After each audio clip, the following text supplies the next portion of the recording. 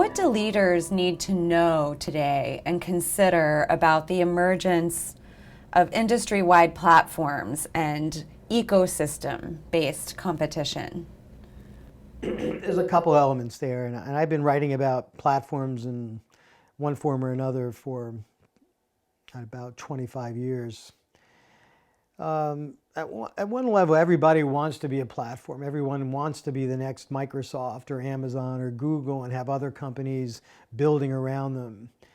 The truth is that the kind of platforms that we've talked about, which are industry platforms, these foundations that it may start out as a product like an iPhone, but it becomes the kind of the center point for many different companies to come together to offer different complementary products or services that make that platform product or technology more valuable, sometimes exponentially more valuable.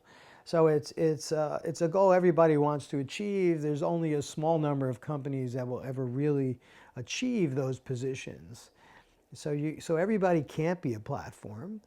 There are ways of incorporating some platform thinking into a lot of different component or service businesses, and those are largely around partnerships. So here's where the broader sense of an ecosystem comes into play. And many firms are actually building their own products or services that are complementing somebody else's platform. So understanding the dynamics of platform markets and what's going forward and what's not is very important. You know, companies that bet their futures on the future of the BlackBerry cell phone as a platform right now are probably mostly bankrupt.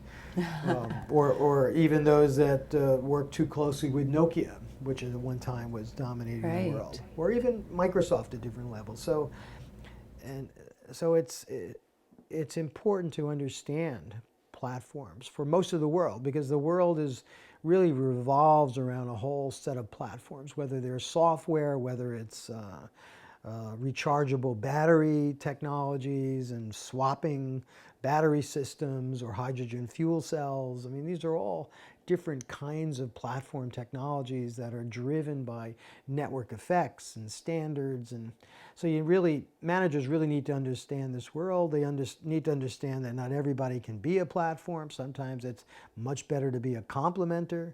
It's always important to have a great product if you can, but great products in platform markets are likely to fail. So platform markets that are driven by network effects, or in other words, by what other people do with them or how much they're adopted by users.